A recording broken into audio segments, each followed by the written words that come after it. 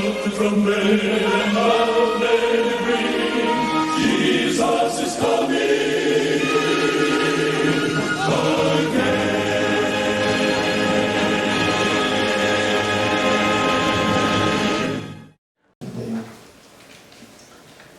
교육은 스스로 생각하는 사람을 만들어내는 것입니다. 사람들은 여러 가지 생각을 하죠. 그러나 참 교육은 사람을 가장 아름답고 훌륭하게 바꿀 수 있는 하나님에 대한 생각을 하는 교육을 하는 것입니다. 생각이라는 것이 쉬우면서도 참 이 훈련하기 어려운 것입니다.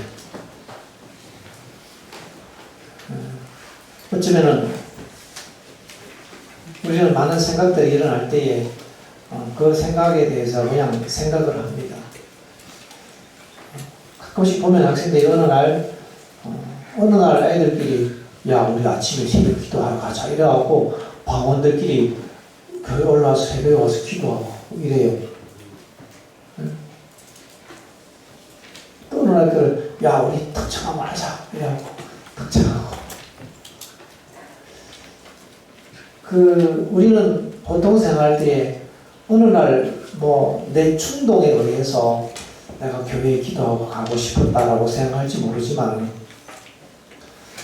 내가 교회에 기도하러 가고 싶은 생각, 오늘은 내가 말씀 보고 싶은 생각, 오늘은 정말 내 마음이 왠지 하나님이 주시는 평안이 그립고 내 마음이 좀 겸손해졌으면 좋겠고 왜 나는 마음이 이렇게 자존심이 세고 나는 이렇게 쉽게 화가 잘 나고 나는 왜 이렇게 이 세상의 쾌락을 좋아하는 이런 모습이 있을까? 참 한심하다. 이런 생각이 들거든요. 근데 지금 하나님께서 내 마음속에서 역사하고 계시다는 것을 기억해야 합니다. 어느 날 내가 기도하러 가고 싶거든. 야, 지금 이 하나님께서 내 가까이 계시는구나. 하나님의 영이 지금 내 속에서 역사하시는구나. 그것을 깨달아야 합니다. 이것을 인식하는 것은 굉장히 중요한 것입니다. 이것이 바로 믿음의 영역으로 영적인 세계에 들어가는 문이죠. 눈에 보이지 않지만 영적인 세계의 문은 항상 열려 있습니다. 우리가 한 걸음만 내딛으면 그 영적인 세계에 들어가는데요. 우리 눈에 보이는 그 휘장이 거쳐지면 바로 보여지는 것입니다. 그 휘장이 거쳐진다는 것은 무엇인가? 우리의 생각이 열리는 것입니다. 가끔씩 아마 우리 모두에게는 하나님께서 이끄시는 그런 생각들이 일어날 때가 있습니다. 어느 날 마음 가운데 깊은 감동을 받고 결심이 서거든. 그때 기억하십시오. 지금 이곳에 하나님이 계시는구나. 하나님이 지금 나를 부르시고 계시는구나. 멀리 계신 하나님이 아니라 내 마음속에 감동을 받고 결심을 하고 내가 이렇게 하면 내가 하나님을 찾아가는 것이 아니라 지금 하나님이 내 가까이 계시는구나. 내가 선당한 거룩한 곳이구나. 하나님의 영이 멀리 계시는 것이 아니라 지금 내 안에 역사하시는구나 하는 것을 내가 깨닫고 그것을 생각할 때 그때 영적인 휘장이 거쳐지면서 영적인 세계로 우리는 그 문을 열고 들어가는 것입니다. 이런 생각이 일깨워지는 것, 이것이 바로 믿음의 싸움을 싸운다는 것입니다. 쉽지 않습니다. 싸움이 있어야 합니다. 노력이 필요합니다. 주님께서 우리를 권하시고 터치하시고 자극하실 때에 우리는 그거에 따라서 선택해야 합니다. 결정해야 합니다. 저도 이 믿음의 삶을 살기 위해서 많이 노력하고 있습니다. 믿음의 싸움을 싸우고 있습니다. 요즘 제가 새로운 재미를 하나 찾았는데요. 뭔가 하면 밤에 잠자리에 누워서 성경절을 암송하는 것입니다. 눈을 감고. 뭐 급하지 않아요. 이렇게 외우다가 자면 되니까 바쁜 것도 없어요. 그죠? 한 구절 한 구절을 음미하면서 몇 구절을 이렇게 암송하다 보면 제 마음속에 하나님의 평안이 임하는 것을 경험하게 됩니다. 아침에 일어나면 가끔씩 일어나기 싫어요. 그러면 저는 침대에 누워있는 것을 좋아합니다. 누워서 성경 말씀을 암송해 봅니다. 말씀을 이렇게 암송하면서 그때 써먹기 위해서 성경책 안 펴고 그 말씀을 기억하고 암송하기 위해서는 미리 몇 구절의 말씀들을 암송해 둬야죠. 그래서 누워서 몇 구절의 말씀들을 이렇게 암송하면 그때 말씀이 임하시고 말씀이 역사하는 것을 느끼게 됩니다. 물론 제가 못 그럴 때도 있지만 노력합니다. 믿음에서 난 싸움을 싸우기 위해서 노력합니다. 아마 여기 계신 분들도 다 그러시리라고 생각합니다. 우리는 믿음에서 난 싸움들을 싸워야 합니다. 이것은 힘든 싸움 같지만 참 우리의 삶에 기쁨을 주는 생명이 되는 싸움인 것입니다. 자, 봄이 오고 모두들 이제 농사하시는 분들이 바쁘게 움직이기 시작하는 계절입니다. 우리 학교에도 농사가 있어서요. 퇴비도 뿌리고 이제 모두 심고 비닐하우스에 모두 이제 심기 위해서 준비하고 이렇게 하고 있습니다. 근데 지난 겨울에 우리 하우스에 있는 작은 연못에서 모타로 물을 부어서 스프링클러를 돌려야 되는 시스템인데요. 이 한 해 겨울이 지나면 꼭 이렇게 라인이 한 군데씩 얼어서 터지는 경우가 있는데요. 이번에는 보니까 이 연못하고 모다 사이에 그 라인이 터졌습니다. 그래서 그 라인을 이제 교체하는 작업을 교감선생님이 아주 부지런하셔서 왈덴스의 요셉 같은 분입니다. 얼마나 부지런해요 모릅니다. 그래서 이제 그걸 이제 하시는데 이게 혼자 될 일이 아니잖아요. 그래서 이제 같이 도와서 이제 이걸 갖다가 교체하고 이제 모다를 돌리는데 이 물이 정상적으로 안 나오는 거예요. 분명히 교체를 했는데 나와야 되는데 안 되는 거예요. 그래서 몇 번을 이렇게 딱 하고 저렇게 했다가 또 이 통을 뺐다가 끼웠다 몇 번을 해도 이게 제대로 정상적으로 물이 안 나오는 거죠. 물이 쫙 하고 하우스가 두동세동 쏟아져 나와야 되는데 뭔가 안 맞는 거예요.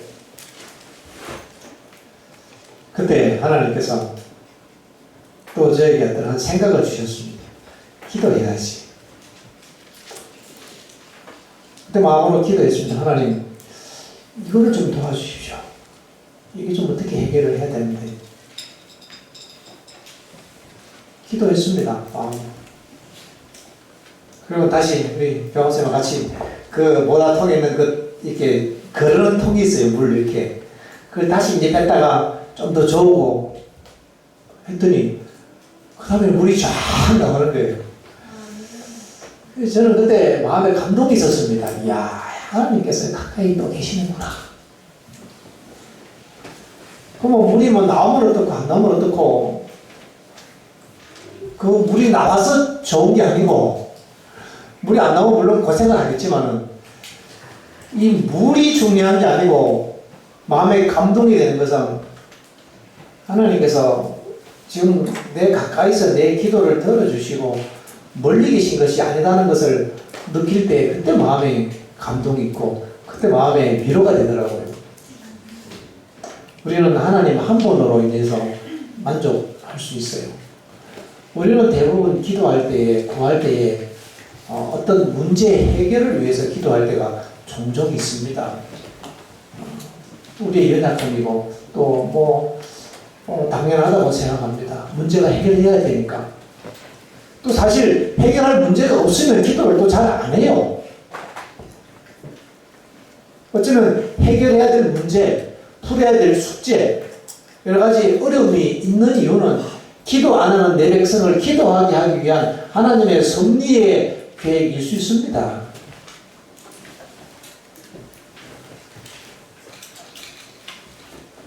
그러나 어쨌든 우리는 기도를 드릴 때에 그 기도를 통해서 문제를 해결을 보려고 하는 그런 마음들이 있습니다. 하나님께서 그것까지 아시고 그렇게라도 기도하면서 우리가 하나님을 찾기를 바라시죠. 고린도후서 4장 18절에 보면 우리의 돌아보는 것은 보이는 것이 아니요 보이지 않는 것이니 보이는 것은 잠깐이요 보이지 않는 것은 영원함이니라. 우리가 돌아보는 것은 보이는 것이 아니고 보이지 않는 것이기 때문에 보이는 것이 해결됐다고 기뻐할 것이 아니고 보이지 않는 세계가 열려졌음을 인하여 기뻐할 수 있는 믿음이 있다면 우리에게 더 큰 축복이 되리라고 생각합니다. 우리는 우리의 삶의 작은 일들에서 보이지 않는 영적인 세계들이 우리에게 열려져야 합니다. 헌금을 드리면서도 내가 지금 하나님께 드린다 하고 드리는 것, 내가 찬양을 하면서도, 내가 밥을 먹으면서도, 내가 일을 하면서도 주님께서 지금 내 가까이서 나를 도우시는구나 하고 내가 생각한다면 그것이 곧 믿음인 것입니다. 무엇에 대한 믿음이에요? 그렇게 약속하신 하나님의 약속에 대한, 말씀에 대한 믿음이고 그 약속해 주신 신실한 하나님에 대한 우리의 믿음인 것입니다. 그것이 믿음이에요. 믿음의 선한 싸움을 우리는 너무 어렵게 생각하기가 쉽습니다. 예를 들면 안식일 때문에 감옥에 가고, 직장 때 안식일 때문에 직장에 막 잘리고, 안식일 때문에 시험 못 치고, 이런 그 믿음의 싸움이라고 생각하기 쉬운데요. 물론 맞습니다. 그것은 믿음의 싸움이요. 굉장한 것입니다. 여기 우리 굉장한 학생들이 많이 있어요. 원래 안식일날 금융고시였어요. 지난해 금융고시가 안식일날이었습니다. 코로나 때문에 8월달도 안식일날 치고해갖고 중학교 3학년 학생들이 시험을 못 쳤어요. 그래서 저는 어쨌든 믿음은 본인 선택이니까 학교에서 쉬지 마라 이럴 수는 없잖아요. 그래서 부모님한테 공지했어요. 우리가 이렇게 해서 시험을 못 치는데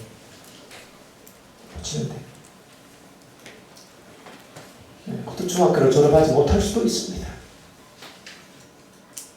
그러나 미국 졸업장에 있어서 우리가 했던 경험이 있어서 될 가능성이 많이 있습니다. 선택은 부모님하고 자녀들하고 결정하십시오. 맡겼습니다. 학교에서는 진행하지 않겠습니다.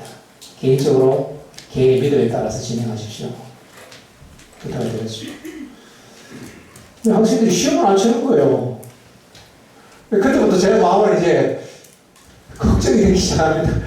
제가 그때부터 이제 기도를 하기 시작하는 겁니다. 하나님, 얘들이 시험을 안 쳤는데, 하나님 말씀에 순종하겠다고, 믿음의 싸움을 쌓아야겠다고 시험을 안 쳤는데, 이거 하나님 책임져 주십시오. 예전에는 한 명 어떻게 한 명 끼워 넣었으니까, 통해서 이렇게 넘어갔다 그냥. 이거는 한두 명이 아니고 막 대거 그냥 이렇게 들어가니까 이거 불안하기 시작하는 거예요, 그때부터. 믿음은 불안한 게 아니잖아요.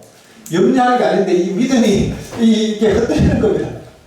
그러니까 제가 보니까 기도를 자꾸 하는데 믿음이 없어서, 나쁜 건 아닙니다. 좋은 일인데 자꾸 더 기도하게 되는 거예요. 하나님 좀 도와주시면 계속 기도합니다. 하나님 은혜로 무사히 다 박동걸 입학을 했습니다. 참 감사했습니다. 참 감사했습니다. 이런 게 믿음의 싸움이죠. 근데 이거보다 더 어려운 싸움이 있습니다. 이거보다 더 위대한 싸움이 있습니다. 그것은 뭔가 하면 매일의 일상생활 속에서 보이지 않는 세계를 우리가 바라보는 믿음의 생각을 따라가는 것입니다. 이것이 훨씬 어렵습니다. 이게는 연습이 필요합니다.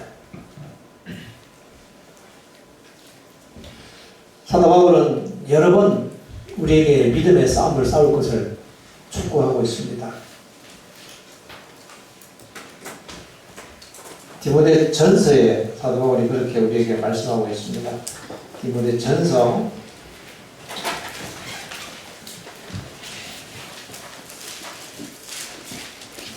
6장 12절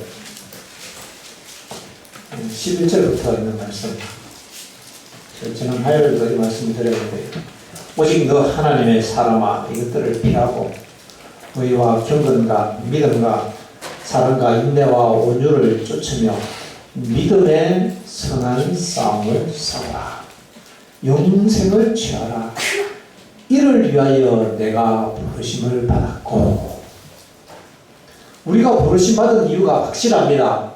하나님 우리를 부르신 이유는 뭐 하기 위해서요? 믿음의 싸움을 싸우기 위해서 부른 것입니다. 믿음의 싸움을 싸운다는 얘기는 영생을 소유한다는 것입니다. 왜냐하면 영생은 믿음으로 소유하는 것이기 때문에 그렇습니다. 눈에 보이지 않는 영생은 믿음으로 소유하는 거예요. 믿음으로 소유한다는 얘기는 예수님의 사랑하는 제자 요한이 요한일서 5장에 그렇게 말씀하셨습니다. 너희 안에 영생이 있음을, 내가 이것을 기록하면 너희 안에 영생이 있음을 알게 하려 함이라.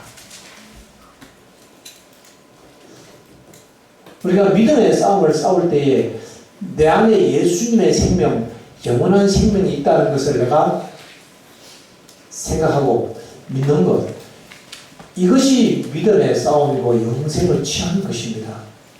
영생은 하나님께서 우리에게 주시는 것이지만요, 영생은 우리가 취하는 것입니다.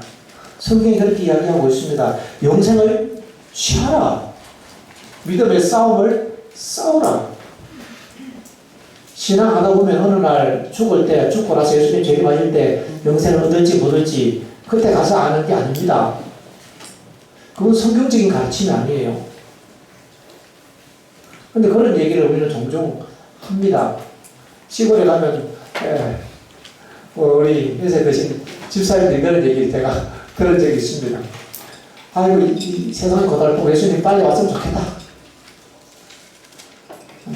구원을 얻을지 못 얻을지 그때 가서 가봐야 알겠지만, 빨리 끝났으면 좋겠다. 뭐, 이러셔요. 구원은 그때 가봐서 아는 게 아닙니다. 근데 가서 구원을 얻는 게 아니에요. 믿음의 사람들은요, 순교할 때 영생의 소망을 가지고 믿음으로 죽었습니다. 믿음으로 죽었기 때문에 그들은 그 믿음으로 영생을 소유한 것이죠.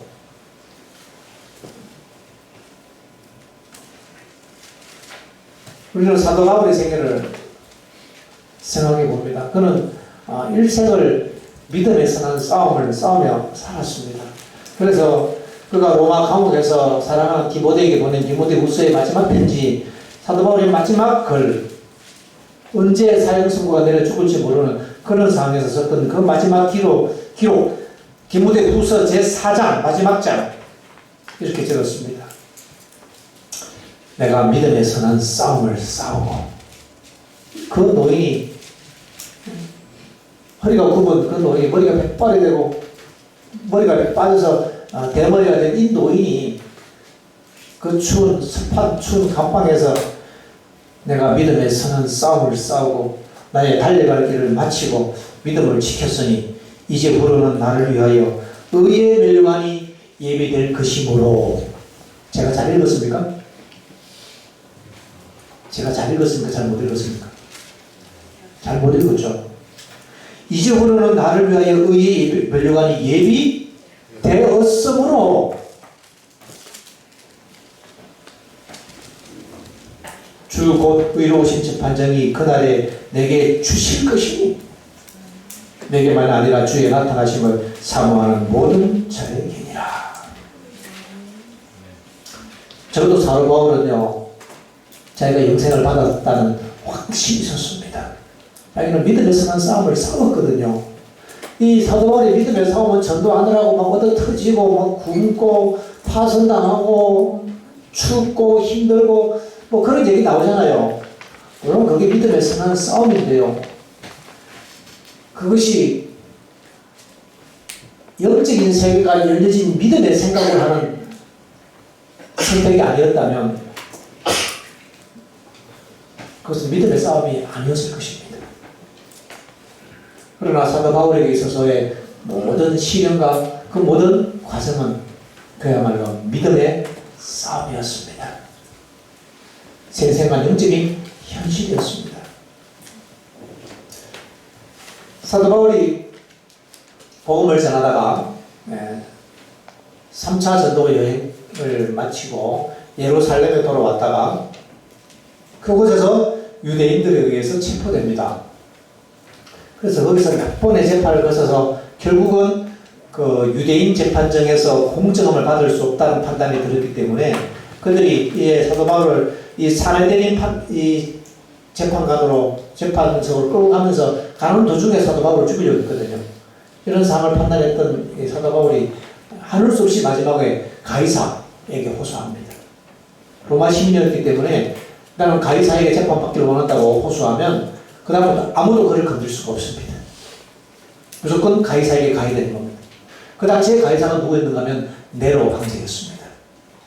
첫 번째 기독교를 핍박했던 그 악명 높은 네로. 정말 역사에 보기 드문 악한 왕이죠. 그는 특별 부활에 부활할 것입니다. 적혀 있습니다.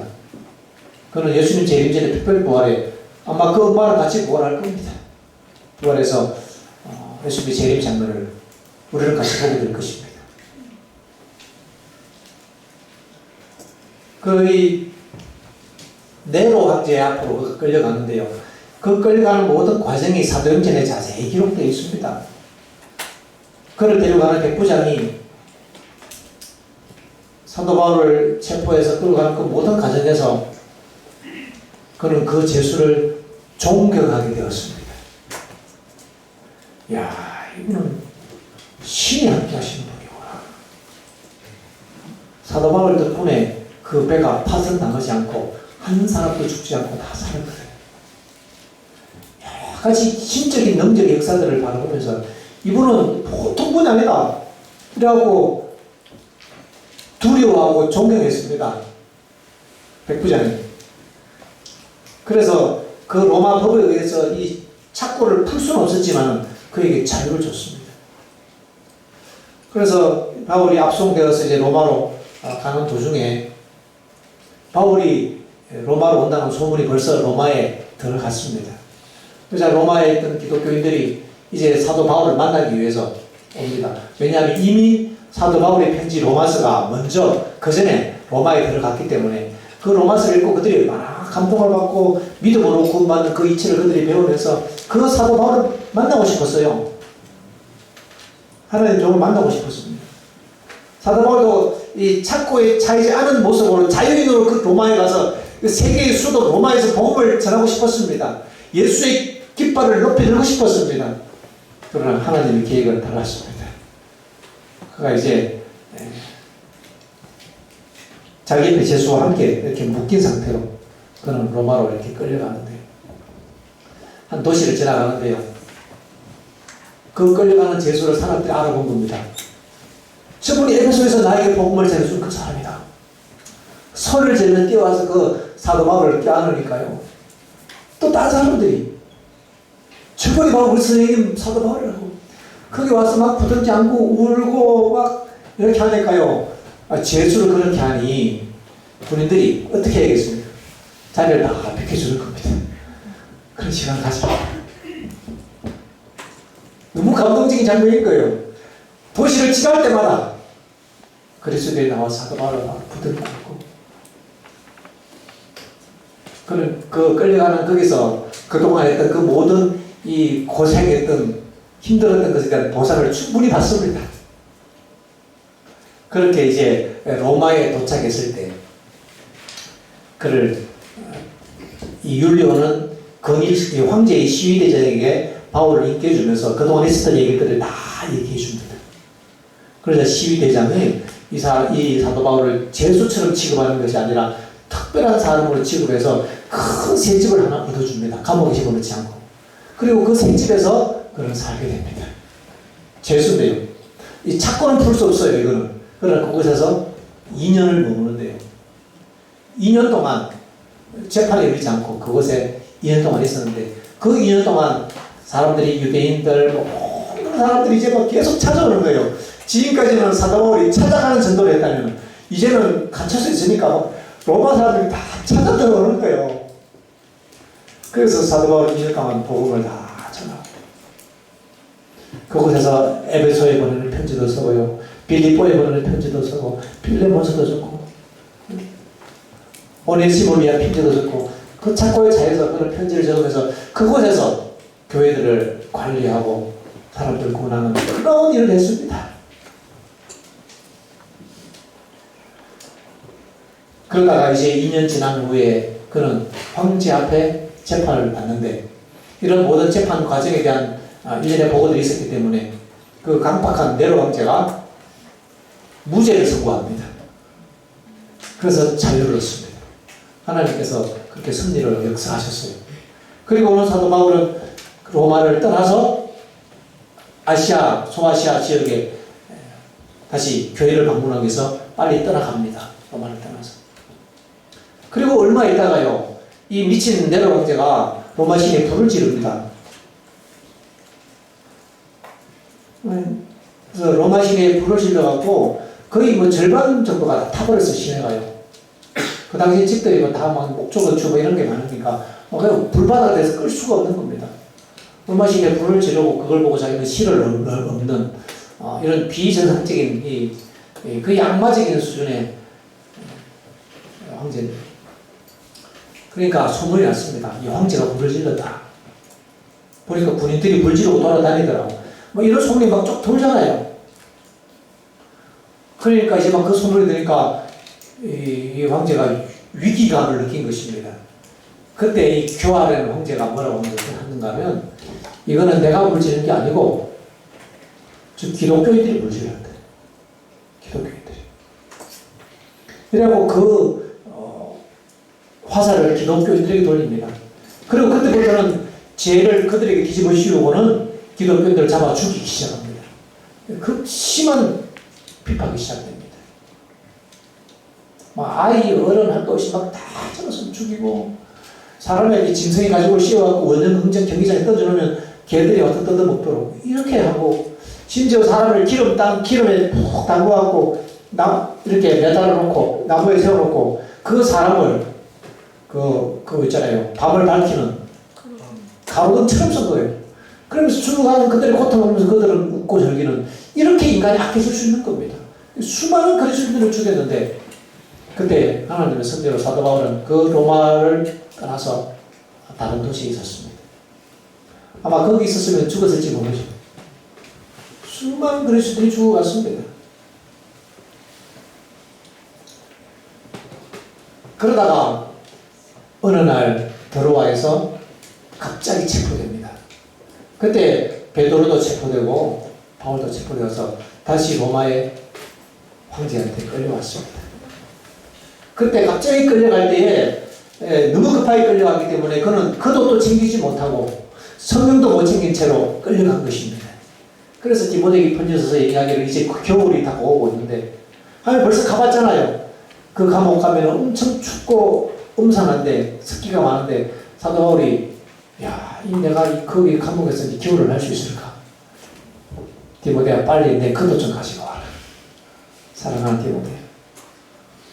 그리고 올 때 성경책 좀 가지고 와라. 그 편지 씁니다. 근데 그때 이제 사도 바울이 네로 앞에서 두 번째 재판을 받게 됩니다. 재판 받을 때 그 로마 황제의 모든 그 당시 귀족들 높은 사람들 다 모인 상태로 이제 네로 황제 앞에 재판을 받고 변호를 해야 되는데 당시에는 부자들은 뭐 변호사를 사잖아요. 바울은 너무 돈이 없어요. 제가 바울의 생일을 읽으면서 제가 눈물을 났습니다. 그게 뭐라고 적었는가 하면 왜 바울이 디모데에게 겉옷을 가지고 오라고 표현했는가 하면 바울은 겉옷을 살 돈이 없었다. 겉옷을 살 옷이 좀 비쌌잖아요, 그때는요. 그렇다고 자기가 그 옷을 사기 위해서 교인들에게 돈을 달라고 하고 싶지도, 교인들에게 희생을 하고 싶지도 않았다. 그래서 자기가 입던 그 겉옷을 빨리 가지고 오라고 했다는 것입니다. 그렇게 정말 그는 이 희생, 고난, 가난, 겸손, 봉사, 그는 그렇게 살았어요. 그런데 이것이 하나님의 모습이더라고요. 하나님의 성품이 바로 그런 것입니다. 그는 이 보이지 않는 하나님과 함께 살았기 때문에 하나님의 속성이 그 안에 물들어 있었던 것입니다. 변호사를 못 사잖아요. 바울이 스스로 변호를 하는 거죠. 혼자 서서 묶인 상태로 아주 그냥 압도되는 그런 형제 앞에서 서갖고 세 개의 형제 앞에 섰는데 변호를 해보라고 하니까 그때 바울이 가난하고 다 늙고 병든 모습으로 이렇게 허리가 구부정하고 그런 모습에 노인이 입을 열고 얘기를 하기 시작하는데요. 바울이 자기가 어떻게 하나님을 만났습니다. 죄인들을 하나님께서 얼마나 사랑하시며 구원하기를 원하시는지, 내가 왜 이렇게 묶여 있는지, 거기에 대해서 바울이 얘기하기 시작하는데요. 거기에 있는 모든 청중이 빨리 들어가기 시작합니다. 심지어 내 그 깜빡한 내려 형제가 넋을 놓고 그 얘기를 듣다가 마음에 막 두려운 생각이 드는 거예요. 두려운 생각이. 그게 뭘 자세히 묘사되어 있어요. 그 순간 그는 자기가 하나님 앞에 있다는 생각이 들었다. 그리고는 네로의 생각 가운데 자기도 마음의 평안함과 좀 마음의 안식을 좀 느끼고 싶다. 저 사람이 가지고 있는 저런 이 기쁨을 나도 한번 가졌으면 좋겠다 하는 생각이 그의 마음속에 떠올랐습니다. 그것이 바로 하나님의 영이 그 안에 역사하신다는 증거였다는 것이었어요. 네로에게 하나님께서 마지막 호소를 하신 것입니다. 마지막 호소. 여러분, 가끔씩 내 마음 가운데 나도 하나님 주시는 마음의 평안을 얻고 싶다, 그런 생각이 들거든. 지금 하나님께서 나를 강력하게 부르고 계시구나 하는 것을 깨달아야 합니다. 어느 날 내가 기도하고 싶다는 생각이 들거든. 하나님 멀리 계신 것이 아니라 지금 내 곁에서 나를 부르고 계시는구나 하는 것을 깨달아야 합니다.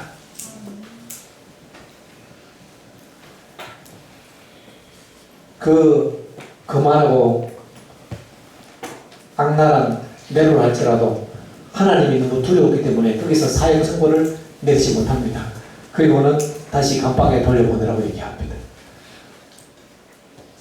사도 바울이 토굴에 들어가서 토굴 속에 있는 감방문이 딱 닫혔을 때에 네로 황제에 대한 은혜의 문은 닫혔습니다.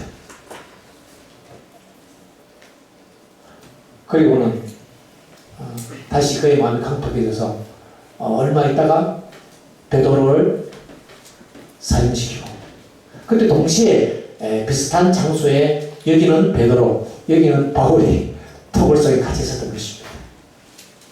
베드로는 유대인이기 때문에요, 채찍질을 당하고 십자가형을 선고받았습니다. 베드로가 이제 끌려가서 십자가 앞에 설 때 그는 기쁨으로 마지막 부탁합니다. 나의 하나님, 내가 섬기는 예수님, 내가 그분을 내가 배반했는데 내가 어떻게 그분처럼 십자가에 내가 달릴 수 있는가? 십자가에 달리는 것만도 내가 영광스러운데, 내가 그분을 위하여 죽을 수 있다는 것만도 영광스러운데 어차피 죽을 거 아니야, 늙어서 이제. 어차피 지금 나는 곧 죽는데, 어차피 한 번 죽을 건데 그냥 죽는 게 아니고 내가 예수를 위하여 죽는 이 영광을 내가 받았으니 내가 그냥 죽을 수 없다. 내가 감히 나의 사랑하는 주님처럼 똑같이 죽을 수가 없다 이거예요. 내 마지막 소원이 있다. 이게 뭐냐? 나를 끊고 좀 해달라. 그리고는 그 소원이 이루어져서 그를 거꾸로 매달렸습니다. 그렇게 사도 바울은 그렇게 베드로는 죽어갔습니다. 왜냐하면 그에게 있어서 죽음은 아무것도 아니었습니다. 그저 보이는 현상일 뿐이었고, 그에게는 뭐가 있었어요? 그에게는 영생이 있었어요. 믿음에 사는 싸움을 싸우라. 영생을 취하라. 그에게는 이 믿음의 눈으로 이 보이지 않는 세계가 확 열어진 것입니다. 그래서 그는 기쁨으로 자기가 내가 예수를 위하여 죽을 수 있다는 이거 너무 기뻐하면서 그게 너무 황송해서 나를 제발 거꾸로 매달아달라고. 이거 내가 감당할 수 없겠다고. 여러분 이게 보통 믿음입니까? 이게 오기로 하는 게 아니라 그에게는 영적인 세계가 하나님의 그의 눈앞에 열려지기 때문에 가능한 것입니다. 이것은. 그래서 그걸 그렇게 순구했던 거죠. 그런데 사도 바울은 로마 시민이라 십자가형을 할 수가 없는 거예요. 그래서 사도 바울은 참수형, 목을 잘라서 죽이는 참수형. 그런데 그건 한 방에 죽잖아요. 십자가는 금방 안 죽거든요. 근데 이 네로 황제가 자기가 한번 설득될 뻔했잖아요. 그러니까 이 사도 바울의 감화가 너무 크기 때문에 만약에 죽는 장면을 사람들이 많이서 보여서 보면은 그것을 봤던 사람들이 다 예수 믿을까 싶어갖고 사람들 모이지 않게 하라. 비밀리에 집행해라. 이런 명령이 내린 것입니다. 그래서 몇 사람들만 그를 데려가서 사형시키는데 그를 사형시켰던 로마 군인들이 그 사도 바울의 사형당하는 그 모든 과정을 바라보면서 감동을 받고 그가 그날 이후로 예수의 복음을 전하다가 그도 같이 죽었습니다. 몇 되지 않은 그 사람들이 마지막 그 장면을 보고 너무 그냥 이 신적인 인재의 감동을 받고 야 이게 진짜구나. 그리고는 그 군복 벗고 복음을 전하다가 그가 같이 죽었습니다.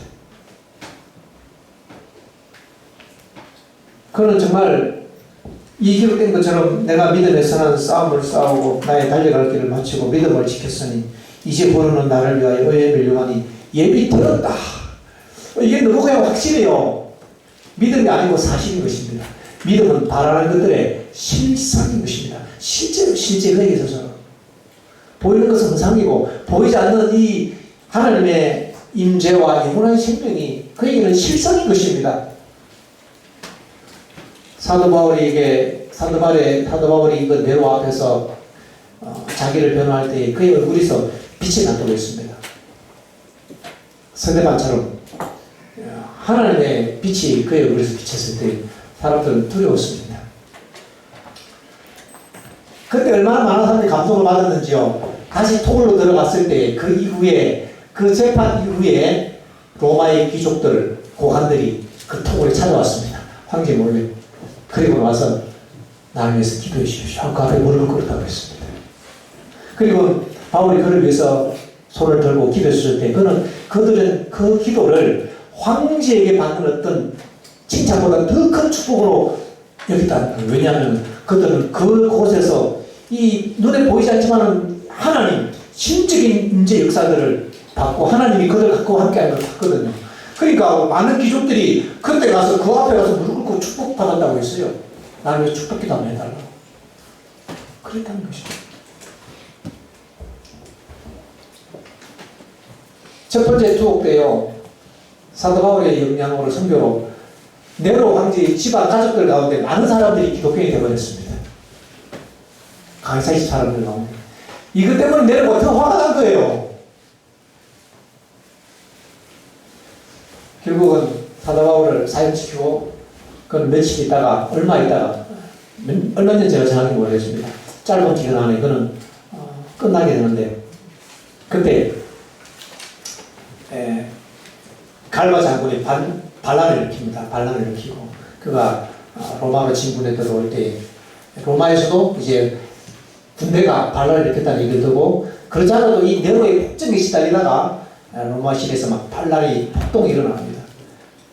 그런 상황을 볼 때 이제 무기력했던 원로원이 네로 황제에게 사형을 선고합니다. 그때 네로가 이제 자기가 막 죽음이 두려워서 자살하려고 노력을 하다가 그것도 무서워서 자살을 못하죠. 그러다가 이제 그가 사람들이 살지 않는 어디 몇 킬로 떨어진 곳에 도망가야 하는데 그곳에 이제 군대 그를 잡아옵니다. 그때 마지막 그는 어쩔 수 없이 자기 종한테 시켜서 자기가 자살을 하면서 그 생활을 마칩니다. 32살에. 정말 그 앞에서 사형 선고받았던 바울, 얼굴 빛났던 바울과 정욕과 쾌락과 온갖 죄의 악마의 본성이 악마의 거처가 됐던 이 네로 황제의 완전한 대비를 우리는 그곳에서 보게 되죠. 사단은 이렇게 사람을 악하게 만들 수도 있고요. 예수 그리스도는 그 악한 사람이었던 사도 바울을 위대한 하나님의 아들로 새롭게 재창조하는 것입니다. 적어도 우리에게 있어서는요, 믿음은 그저 허상이 아니라 실제인 것입니다. 우리도 믿음의 노독들이 걸어갔던 것처럼 믿음의 선한 싸움을 싸우고 영생을 취하게 되시길 바랍니다. 보이는 것이 전부가 아니고 보이지 않는 것이 영원한 것입니다. 믿음의 선한 싸움에는 노력과 결심이 필요합니다. 우리의 생각들이 어떤 문제 해결이나 이 땅의 사물에 우리가 집착되는 것이 아니라 하나님께서 내 곁에서 나를 도우신다는 그 하나님의 인재로 말미암아서 우리의 믿음의 싸움들이 우리의 삶에 큰 기쁨이 되기를 간절히 소망하면서 말씀을 주시겠습니다.